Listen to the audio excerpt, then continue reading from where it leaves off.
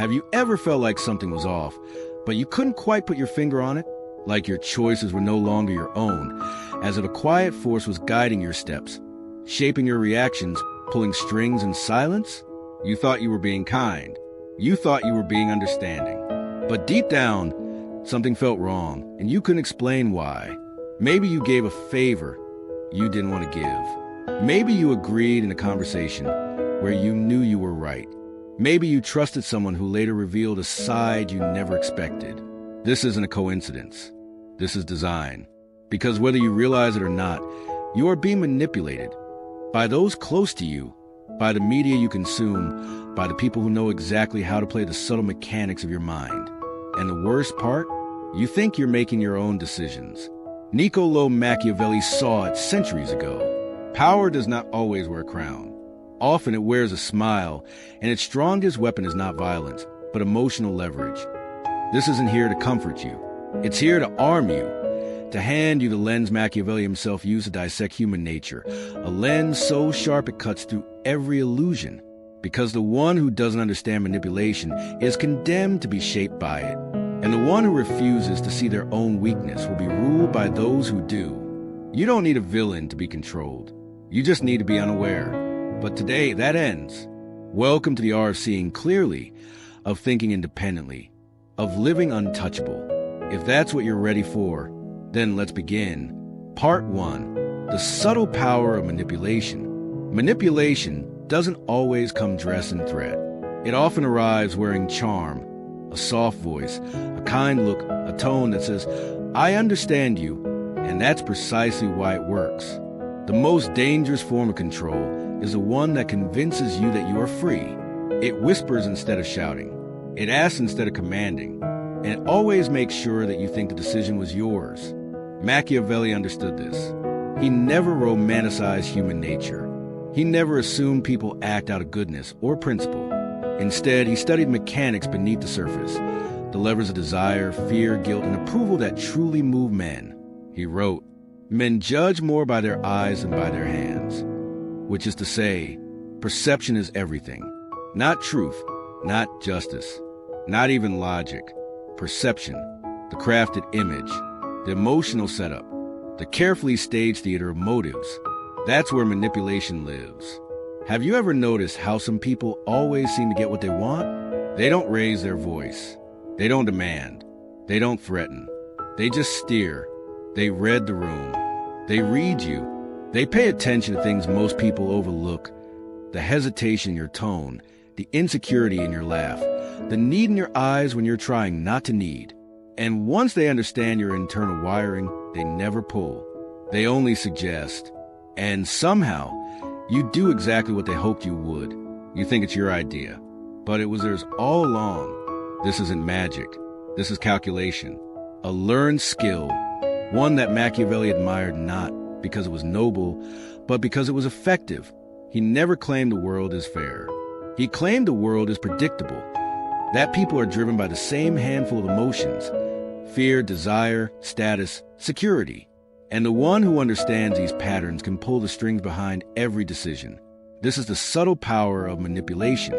It starts before the first word is spoken. It begins in silence, in watching, in analyzing the target. The manipulator listens more than they speak. They notice the cracks before they appear. They pick up on your hunger for validation, your fear of rejection, your tendency to apologize for your existence. And when the moment is right, they strike softly, a compliment, a sigh, a phrase like, "I thought you were different." And just like that, you're dancing to music you didn't choose, in a script you didn't write, on a stage you didn't build. But it feels real. It feels personal. It feels like life. That's the brilliance of psychological manipulation. It doesn't need force. It only needs your participation. And most people give it willingly because they don't realize they're in a game. They think they're being kind. They think they're being understanding. They think keeping the peace is the same as keeping their dignity. But Machiavelli would say, no, that's not peace. That's surrender. And surrender, once given emotionally, becomes a habit, a way of life. You stop questioning. You stop resisting. You start blaming yourself for the pain others cause. Because the best manipulators don't control your actions. They control your interpretation of them. They make you doubt your instincts. They make you wonder if maybe you're too sensitive, too selfish, too much. And in that fog, they take control quietly, effortlessly, precisely. Now, understand this. You are not manipulated because you are stupid. You are manipulated because you are human. Because every human being has a blind spot, a weakness, a wound, a silent need. And when that weakness goes unexamined, it becomes a lever others will pull. Machiavelli warned us not to assume that appearances reflect reality. He taught us that people will use morality, love, kindness, not as values, but as tools, as masks, as weapons. And unless you begin to look beyond the performance, you will always be the one being played. So stop asking, why are they doing this to me? And start asking, what in me allowed this to happen? Because until you confront the part of you that submits, you will keep submitting, and it will feel like choice. But it won't be. That's the hidden tragedy of being human. But it doesn't have to be your destiny. Part 2, emotional weakness, the manipulator's playground. The battlefield of manipulation isn't out there, in arguments, in negotiations, in obvious conflicts. It's inside you, in the unhealed places, in emotional gaps you never learned to see. This is the manipulator's playground. They don't invade your mind with brute force. They walk into spaces you left undefended. Spaces shaped by childhood, by shame, by years of bending just to be accepted. You're not weak. You're not naive. You're simply human. And that's exactly what makes you vulnerable. Some of us carry wounds so old, they become familiar. The need to be liked, the fear of disappointing others, the guilt that creeps in whenever we choose ourselves first. And the manipulator sees that before you do. They see the man who was raised to earn love by being useful, who says yes before he even thinks, who apologizes for simply existing. They see the woman who was taught that putting up walls is selfish, that saying no makes her cold, that protecting herself is an act of betrayal. And into these cracks, they pour themselves with a smile, with charm, with carefully chosen words that feel like care, but are actually control. Machiavelli wrote that men are driven by two main impulses, love and fear. He didn't mean affection and terror. He meant validation and rejection. The two forces that shape nearly every decision you make, whether you realize it or not. You want to be wanted. You want to be safe. You want to belong. And so, when someone offers even the illusion of those things, you bend, you adjust, you surrender, not because you're broken, but because you crave relief. And this is a trap, because the manipulator doesn't force. They let you move the pieces. They let you say yes. They let you lower your guard. They don't ask, they imply. They don't command, they hint. And when you comply, they smile, because now you're doing it to yourself. That's the elegance of emotional manipulation. It's clean, it's silent, it leaves no fingerprints. And unless you learn to trace your own reactions back to their root, you'll never know where the control began. Do you feel guilty when you say no? Do you over-explain your boundaries? Do you try to please everyone, even when it exhausts you? Then somewhere inside you, there's a voice that says, if I'm not agreeable, I won't be loved. If I stand my ground, I'll be abandoned. If I protect myself, I'm selfish. That voice didn't start with you. It started long ago, from parents, from culture, from a moment in childhood when kindness became currency. And now it plays on repeat.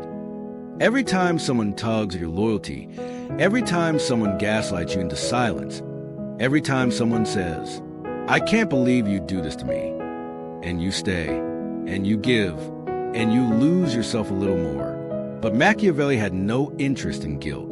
He wasn't sentimental. He believed that weakness, when ignored, invites exploitation, not because people are evil, but because they are opportunistic. He warned rulers to study human nature as it is, not as it should be, to recognize that those who hesitate are overthrown by those who don't, that those who wait to be respected are ruled by those who command it. And what's true in politics is also true in love, in family, in business, in every relationship where power is unspoken but always present. Your emotions are not the enemy. Your ignorance of them is. Because until you name what controls you, you cannot control it. Until you expose what drives your need to please, you will keep handing your power away. And that's what manipulation truly feeds on. Not stupidity, not weakness, but your silence. So break it. Say it out loud. I feel guilt. I feel fear. I crave approval. Not as an excuse, but as a map that will lead you out of this invisible prison. Because only when you name the chain can you begin to break it. And when you do, that's when the manipulator loses. Not in a fight, not in a screaming match, but in your quiet refusal to be shaped by anything but truth. This is where the shift begins. Not from resistance, but from awareness. You are not a puppet. You are not a pawn. But only if you choose to stop living like one. Part 3. When manipulation comes from those you love. It's easy to spot manipulation when it comes from strangers. The red flags are visible. The language feels rehearsed. The intention is distant. You have room to step away. But what happens when the manipulator is your mother, your partner, your best friend, the person who says they love you? What happens when the chains come laced with affection? This is where it becomes dangerous, because it no longer feels like control. It feels like care. They say, I'm only doing this because I love you. And you believe them. They say, without you, I'm nothing. And you stay, not because you're blind, but because you're loyal, because you're kind, because walking away from someone you love feels like betrayal. But Machiavelli would ask a harder question. Not do they love you, but what do they do with that love? Because real love frees. It doesn't bind. Real love empowers. It doesn't guilt. Real love honors your individuality. It doesn't erase it. But manipulation wears many masks.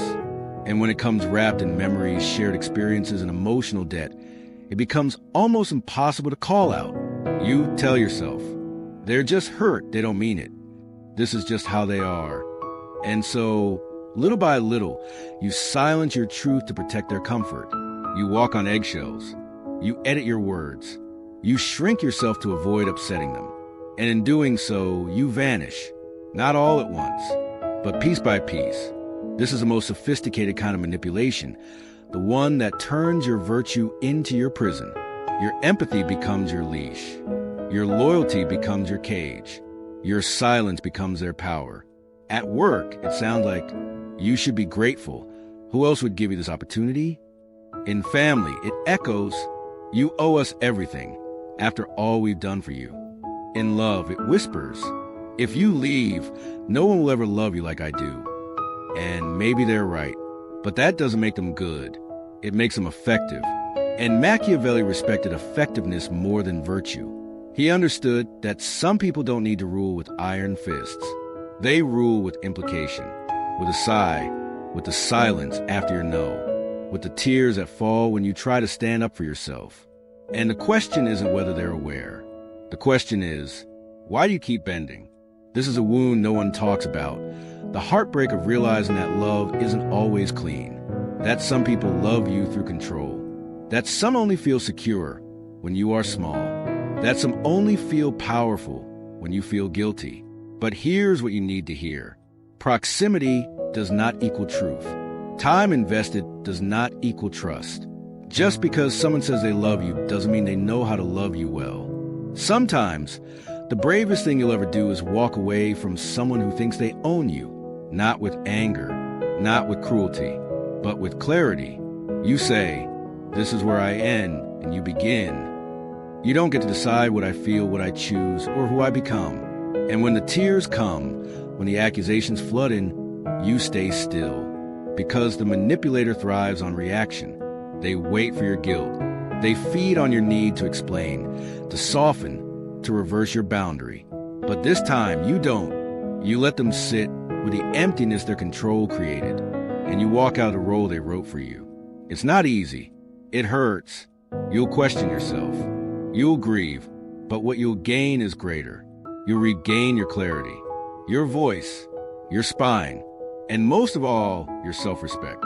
Machiavelli would call this a repositioning of power, not to dominate, but to reestablish the balance.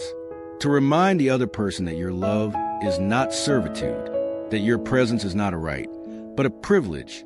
So ask yourself, who in your life is keeping you small? Who makes you doubt yourself under the name of care? What would happen if you stopped playing your part in their script? Because if you never stop to ask those questions, you'll never hear your own answers. And the play will go on long after you've forgotten. It was never your stage to begin with. Part 4. Strategic thinking. The only way out. Once you see the strings, you can't unsee them. Once you understand the game, you can't pretend you're not in it. The only way out of manipulation is not through more kindness, not through louder boundaries. It's through strategy, because kindness without strategy becomes exploitation. Empathy without clarity becomes surrender. Love, when not guided by self-respect, becomes a very noose that tightens around your freedom. Machiavelli never told us to stop feeling. He told us to stop being predictable.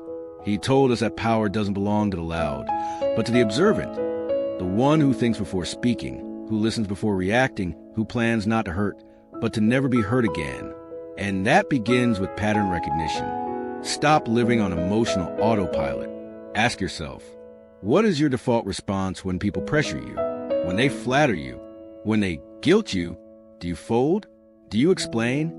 Do you stay silent just to keep the peace?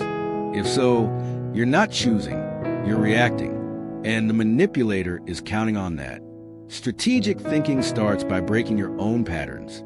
Say no where you usually say yes. Be silent where you used to explain. Step back when they expect you to chase. That moment of unpredictability shatters their rhythm. Because now, they don't know what comes next. And power lives in that uncertainty. Machiavelli wrote, "It is much safer to be feared than loved, if one must choose." But fear in this context isn't cruelty. It's respect. It's the kind of presence that says, I won't be moved just because you want me to. I won't be swayed by flattery or guilt. I won't negotiate my worth. This isn't about becoming cold. It's about becoming conscious. When you master emotional detachment, you no longer hand people a script to control your mind. You see their tactics, and you pause. You delay the reaction. And in that pause, you reclaim your power. Another principle Machiavelli lived by, controlled perception, because perception is more powerful than truth. So, stop over-explaining yourself. Stop defending your boundaries. Speak less. Reveal less. Leave room for others to wonder. Because in silence, you hold the upper hand. The manipulator needs you to expose yourself emotionally. They need you to cry, to yell, to justify. They want you to be loud, because the louder you are, the easier you are to predict. So train your silence. Use it as a mirror. Let them confront their own tactics in the absence of your reaction.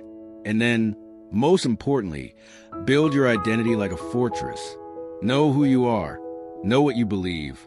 Know what you will and will not tolerate. Because the manipulator's goal isn't to destroy you. It's to make you question yourself. To plant seeds of doubt that you water with your own overthinking. But when your inner foundation is solid, when your sense of self is rooted, no external voice can override your inner compass. You don't need to prove yourself anymore. You don't need to be understood by everyone. You don't need to fix what was never yours to carry. And that is liberation. Machiavelli believed that the prudent man is one who studies history, learns from the great minds before him, watches how others fall, and chooses not to follow. You don't need to become ruthless. You need to become aware. Because in a world where everyone is trying to influence you, your self-awareness is your shield. Your silence is your sword. Your strategy is your freedom. So ask yourself, are you still playing defense? Still reacting? Still explaining? Or are you ready to lead your own mind like a strategist, not a survivor? Because the battlefield is invisible, but the war is real, and only those who think like Machiavelli will walk through this world untouched. Part 5. The final battle, taking back your mind. The final battle is not with the manipulator. It's with yourself. Not the self you show the world, but the version that was shaped long before you knew what power meant. The version that was trained to submit, please, Obey. The truth is hard, but it will set you free. Because the real manipulator isn't always a person. Sometimes it's a voice you internalized years ago, a belief you never questioned, a story you were told about who you must be and what you must sacrifice to be loved. Maybe it was a parent who made affection conditional. Maybe it was a teacher who praised your silence more than your spirit. Maybe it was society whispering again and again, don't rock the boat, don't make people uncomfortable, don't say no. And now, here you are, an adult, still asking for permission, still explaining your value, still living like someone else holds a key to your worth. Machiavelli saw this with chilling clarity. He knew that the most effective control doesn't come from power over nations. It comes from shaping beliefs, influencing perception, convincing a man that the cage he's in is where he belongs. And that's the final lie you must burn, because you were never meant to be small. You were never born to be agreeable. You were not made to be a background character in someone else's story. The moment you stop mistaking your conditioning for character, you begin. The moment you realize that obedience is not virtue, but fear disguised, you begin. The moment you decide that no one, not even your past, gets to define you anymore, you win. But this battle is not loud. It's not a fight with fists. It's a quiet, relentless decision to take your mind back. Stop giving away your peace in exchange for approval. Stop bending your boundaries so others can feel taller. Stop calling your silence strength when it's really fear in a mask. Because power isn't about control. It's about clarity. When you know what you stand for, you can't be moved. When you know who you are, you stop asking others for permission to exist. And when you reach that place, something changes. People feel it. They no longer talk over you. They no longer guilt you. They no longer try to steer your choices. Not because you became aggressive, but because your presence became undeniable. Machiavelli never asked you to become cruel. He asked you to become sovereign, to stop letting your emotions be used against you, to stop trading your self-respect for peace, to stop waiting for others to value you when you haven't done it first. This is the final war, and it's fought in silence. Every time you say no without guilt, every time you walk away without needing to explain, every time you let someone misunderstand you and still choose not to shrink, that is power, that is control, that is liberation, not granted by anyone, taken by you. So ask yourself, what part of your mind is still under someone else's influence? Whose voice still echoes in your decisions? What would your life look like if you thought for yourself? Fully, clearly, fearlessly? You already know the answer. You've always known. You were just waiting for permission to act on it. But no more. Because the moment you stop asking for permission, you begin to create your own rules, your own voice, your own life, and that life doesn't belong to anyone else. It's yours now, so take it. Part 6. The world will try again. Stay untouchable. You've reclaimed your mind. But don't think the world will stop trying. It never does. It only changes masks. New voices, new demands. New faces with the same old patterns. That's the nature of power. It doesn't knock once. It circles back. It tests your defenses. It waits for your moments of weakness, for fatigue, for doubt, for loneliness. And in those moments, it will whisper again. Guilt will knock. Fear will tap on your shoulder. The need for approval will return, wearing new clothes.